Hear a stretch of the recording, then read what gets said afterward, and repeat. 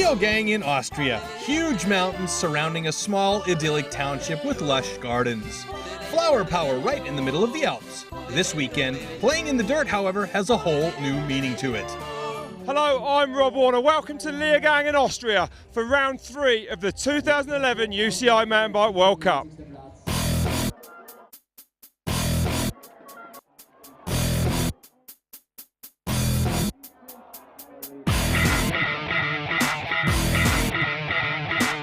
The world's best mountain bikers have taken possession of the dirt on these alpine rocks.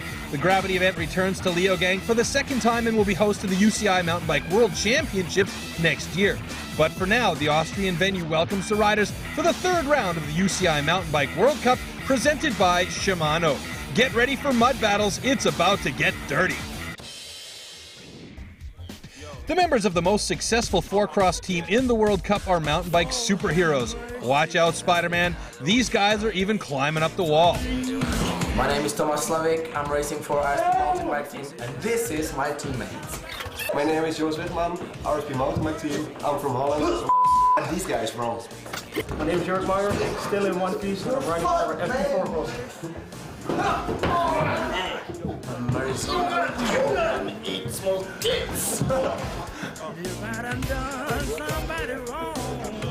These RSP riders are full of energy. And they like to be entertained. And have legs of steel. But in the background is team manager Gerhard and wife Maria, who really take care of these guys. There's no RSP without Gerhard and Maria. They take care about everything. We just come for racing, everything is settled. We just have to pick our bikes, do what we have to do, and just being good. Yeah, for during the event, they are like something like your mom and your dad, because they take care of you. Like all we have to take care of is like racing, and the rest they take care of. So, but they do not put you in bed and stuff like that. So it's not really your mom and dad, but they take care of us. Yeah. Oh, they care about us very well. So Maria still prepares some coffee and nice cakes. And Mr. Fernbach, it's good masseur. Being a part of the RSP team, it means a lot to me, you know. It's like being a part of the best team on the World Cup circuit, sharing the pit, you know, riding with the best guys in the World Cup. It's something what motivates you for the future and just makes you happy. So it's the way I like it. Welcome to Leogang!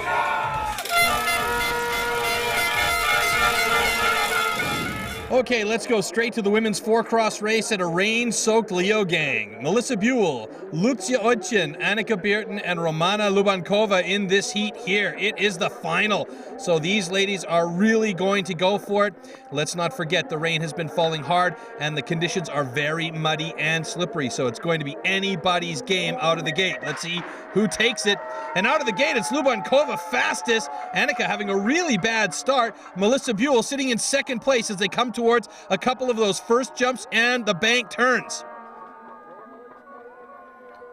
Over the rock garden here, Bierten not making a move here, taking the same line as Buell. Labunkova, smooth over the jump. She rides BMX Supercross, so she knows how to work the bike. Using those BMX skills really nicely. Bierten pretty much looks defeated way back there in third place. I don't know what's going on with her today. The battle right now is for second place, and you can see how slippery it is as they come around this corner ever so gingerly. Buell really pushing Labunkova before the finish line here, and it's a sprint right across the finish line. Labunkova scoring her first World Cup win of the year. Buell in second, and Annika comes in a disappointing third.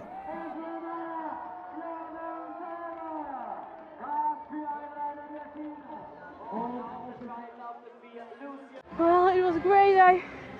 I was fast on the gate. It was the biggest success, and then I just did clear run, so it was perfect for me.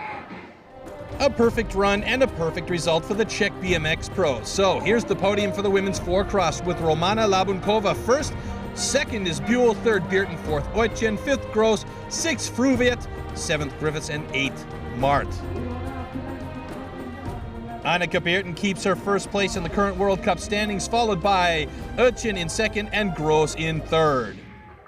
All right, let's move on to men's 4-cross. In this quarterfinal heat, we've got Lukas Matura, Guido Chug, Thomas Slavik, and Just Wichmann. Out of the gate, it's Wichmann getting a terrible start on the inside line. Just the boost sliding all over the place, and these guys are looking a little bit rough today in this quarterfinal. Chug and Wichmann going for the pro line. The big jumps there, and it's just not working. Coming short on the jump is Guido Chug. Wichmann way behind. Slavik is out in first, Matura second. Chug at the moment is third, and you can see how slippery this is. Again, even the guys are coming around this last corner very gingerly, going over these last few jumps. Chug sliding in the mud, Slavik and Matura moving on to the next round. Oh my goodness, that was an ugly race. First 2 rounds were okay, I made it easy, but in the quarterfinal I didn't hear the beeps on the gate, so the gate dropped and I was way too late, and yeah. So then I tried to do the pro line, but it's too wet now, so I was out. All right, let's see how the other RSP rider is doing. In this one, we've got semi-final heat number 2. Evans, Slavik, Prokop, Matura, these guys waiting to get the gate drop.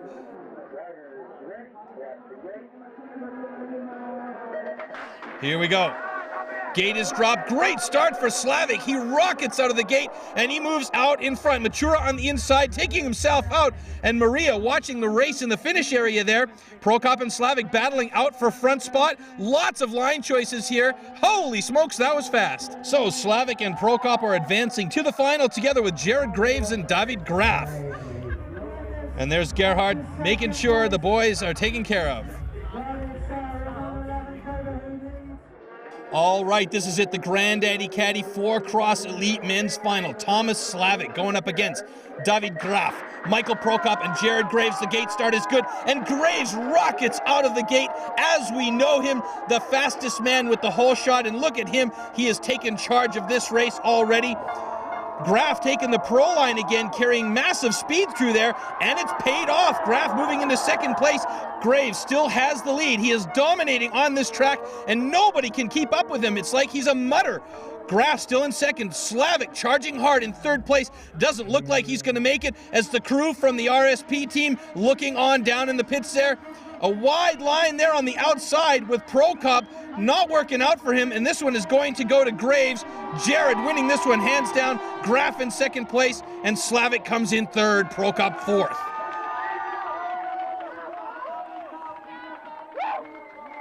Awesome, you know, I had my worst race in about 3 years in Fort William last weekend, so get the win back now. Exactly what I hoped for. Feels great. I tried to hold everyone up a little bit at the start, so stopped that high-low move, and I think that worked really well. So that was a good tactic, and I'm really happy with it. The men's 4-cross podium in Leogang with Jared Graves back on top. David Graf taking second place once again, and Thomas Slavik pulls in with third. His fellow countryman Prokop in fourth place. Then comes Rinderknecht, who won the consolation final. Saladini sixth, Matura seventh, and Evans eighth. Jared Graves extends his lead in the World Cup standings. Graf in second, Rinderknecht and Prokop are tied for third.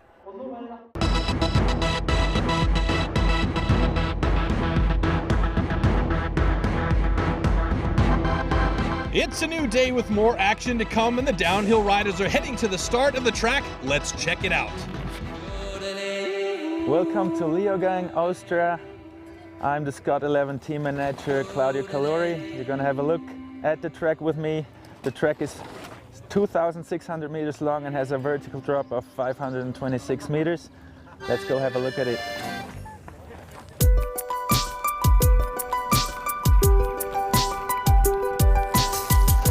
We're only 2 hours into practice, and you see already ruts and holes. This is what I mean with the soft dirt. This is gonna develop even more. So by Sunday, we're gonna see ruts like this deep. You see up there, lots of line choice, lots of fun. That's one of the key sections here in Leogang. You come in with quite a lot of speed, and you drop into the forest here. You really have to judge your speed, otherwise you're not gonna make it through that turn at the bottom.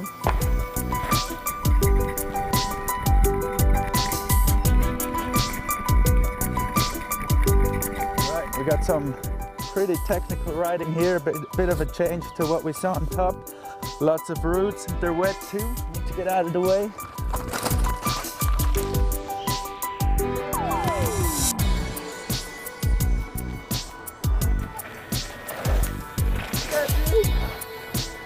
See the red paint there at the tunnel? Probably tall people like Steve Pete have to tuck to get through it. What you see is the long pedal section here with some jumps. Yeah, the difficult thing here for the riders in that long flat section is to judge on how much energy they want to spend for the pedaling and the pumping through those bumps, because what follows after it is a really, really technical wood section. Yeah, what you see here, the start of the last tree section, you see lots of line choice, lots of roots. You really want to catch some breath before you get into here. You want to be fresh. We're here at the most difficult part of the whole track. You see it's really steep, it's got lots of roots. We have water coming out of the ground constantly. Oh man, I lost my phone. We gotta go all the way back up.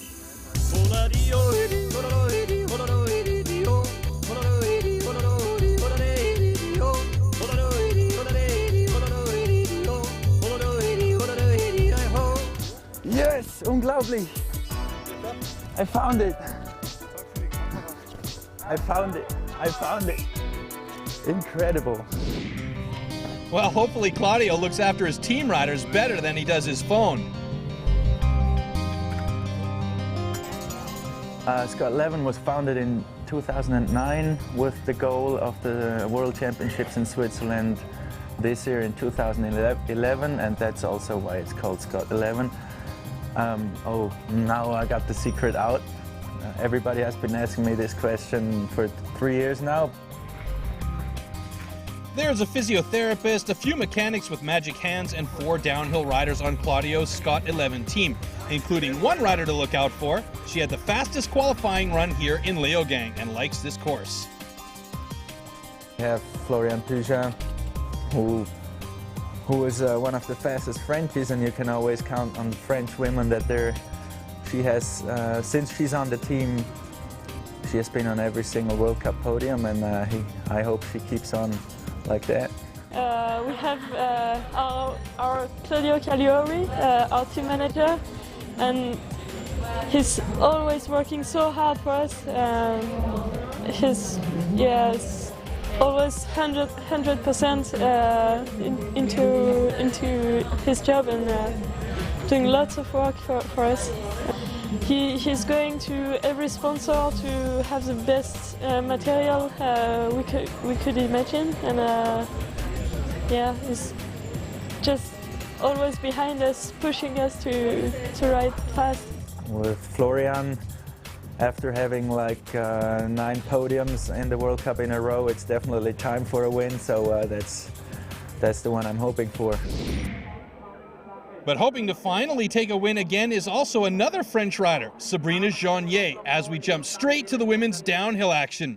She won here last year, but she is off the pace and hasn't really had a good run all season long, with a 4th and a 5th place respectively in the first 2 events.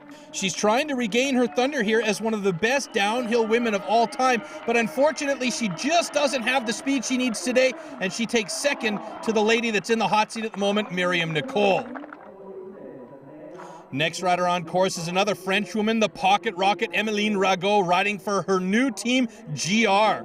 She's pretty banged up at the moment. She broke her ankle in round 1, smashed her knee in round number 2, and she is unlucky today as well. She is DQ'd for leaving the course on the top section, so it's over for her today. And here we have the world champion on course, British rider Tracy Mosley, starting for the Trek World Racing Team, wants to take her 3rd win in a row. She has been dominant this season so far, taking a wide line through that tricky steep route section there.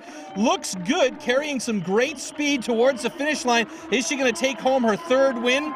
and she absolutely smashes the time, 7.11 seconds faster than the current hot seat. That is a huge margin, and we go back to the top here. She raised the bar, but we've got another Brit on track. Rachel Atherton, riding for Commencal, has to pull something special out if she wants to keep up with Mosley. First split time is looking very good for Rachel, 2.53 seconds up in the top section, and looks like she could rest some demons here. This is, after all, where she injured her shoulder last year. Coming through this very tricky route section, and she's got to be careful taking the wide line, same as Mosley did. She's through clean, good speed towards the bottom here. Let's see if she can do it. She's on the pedals hard, takes the last jump clean, around the corner, again on the pedals, trying to get everything out of the bike, and she does it! Only 0.10 of a second faster than Mosley, but she takes over the hot seat, and she really stepped it up in that run. All right, here she is, the last and fastest qualifier, the French Flying Banana, Floriane Pugin, riding for Claudio Coluri's Scott 11 team, and she wants her first World Cup win here in Leogang. Nearly a second up on the first split. She goes for the drop, taking it nice and clean. Lost a little bit of time here. She's 0.59 of a second behind Rachel Atherton, but she's looking quick here, carrying some great speed into the wooded section. Got to be careful now coming through here. It's very slippery on these routes. Coming out clean. Got good flow over these rock-in route sections, and here again taking the same line as Rachel Atherton did, as Tracy Mosley did. Will it work out for her? She's got great speed towards the finish, takes the jump. It's a little chunky on the landing, but it looks good for her to come across the finish line. Wow, she kills Rachel Atherton's time and is in the top spot. She wins here. Scott 11 has done it with Floriane Pugin. And there is one very happy team manager. Claudio Coluri's dream of a World Cup win just came true. I don't know, I can't realize, I'm just so happy. And it was a hell of a run. I gave it all. It was so hard in the pedaling section because it was getting sticky, so it was hard to carry speed through there. But I gave it all, and just the first win at the World Cup. That was the main goal for this year, and it's done. Like, I'm so happy. Well, I don't know. The thing that we've been waiting for 2 years, and she finally did it. And yeah, I don't know what to say. We have a speechless Claudio Coluri and a very happy Floriane Pugin, finishing the entire bottle of champagne, standing on the podium, probably lifted up her spirit even more today.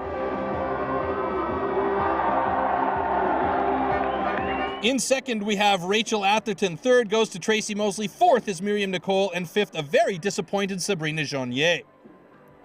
Looking at the World Cup standings, Mosley still in the lead, followed by Pugin and Atherton, Jounier and Nicole. Now it is time for the men to raise the bar, and we start with none other than the current world champ, Australian Sam Hill, riding for Monster Specialized. These muddy conditions really suit this guy. He is 2 seconds up here at the split, but he had a disappointing qualifying time, and that means he starts a little bit lower down in the pack. 2.67 seconds up now, extending his lead. It's amazing how much speed he manages to carry through these alternative and really rough, rocky, rooty lines. Last jump, last corner to the finish, racing down to the finish line. 1.39 seconds up, taking the hot seat. It was pretty good. It's rough out there and hard to stay on the lines that you want to do, so I just tried to stay loose and pedal it where I could pedal, and it wasn't a perfect run, but I'm happy to be in the hot seat at the moment.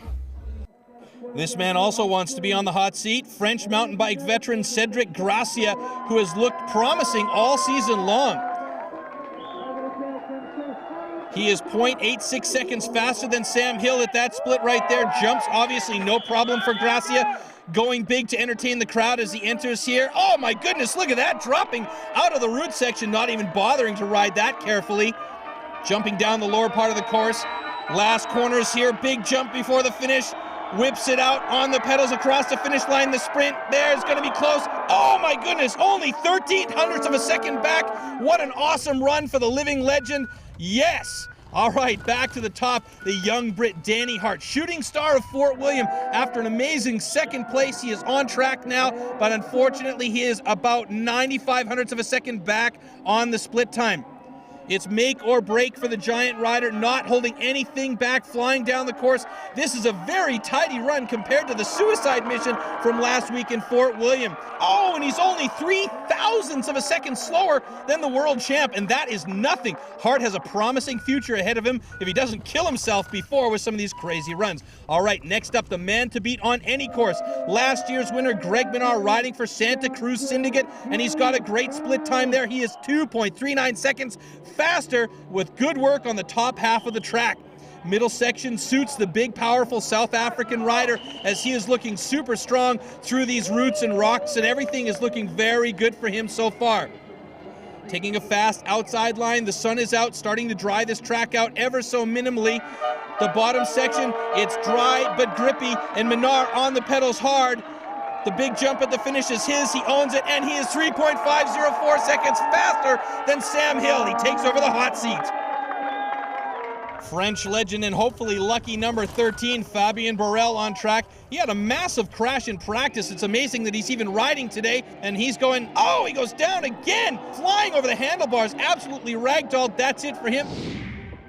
All right, and we go back onto the track here. Now we've got the silver medalist from the World Championships in Mont Saint Anne last year, Canadian Steve Smith. And the changing weather conditions and the changes in the track don't seem to have bothered him at all. He's looking real good through the bottom section here on the pedals, trying to get every ounce of speed he can. Cleans the jump over, but he goes across the finish line off the pace by more than 2 seconds. The showdown is just about to start here with 2 more riders to go. G. Atherton, second to last rider on track. The British rider is looking fit. Let's see what the split time is here as he enters this section. Oh my goodness, 2.581 seconds faster. He's picking the good lines. Here's a dangerous section, very slippery, very muddy. Atherton making no mistakes here, looking clean through these sections. Railing the bank turns, pulling the jumps nicely. All right, this is a very critical section, a super slippery, rooty section in the shade, so it doesn't dry up super quickly. He's through without any problems.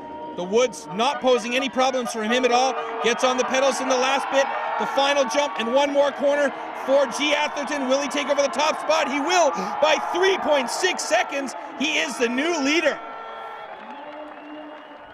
Only one man left who can take G. Atherton down. It's the American rider, Aaron Gwin, riding for the Trek World Racing Team, the last rider on the mountain. And look at this, already 4.72 seconds faster than G. Atherton. The man is on a mission in 2011. He pulled 5 seconds at the top part. Incredible. Man, this guy is just a powerhouse. Trek World Racing has to be super pleased with the way that he has come on strong this year. Nice jump. And here comes that really critical rocky section here. Puts a foot down, slides out a little bit. Probably lost a little bit of time there, although he's got so much time up, I'm not sure it's even going to make a difference in his run. He has looked amazing the whole day and the whole way down here on a completely different plane of existence, taking a different line through the route section, and it looks like that was the faster line choice from him. Intelligent line choices, great fitness, and absolutely powering on the pedals. The last section for Aaron Gwin. Let's see if he can do it here. The time counts down, the last jump, tabletop whip. Will he come across the finish line with the win? He will! 2.113 seconds faster than G. Atherton. Aaron Gwin, the winner here in Leogang.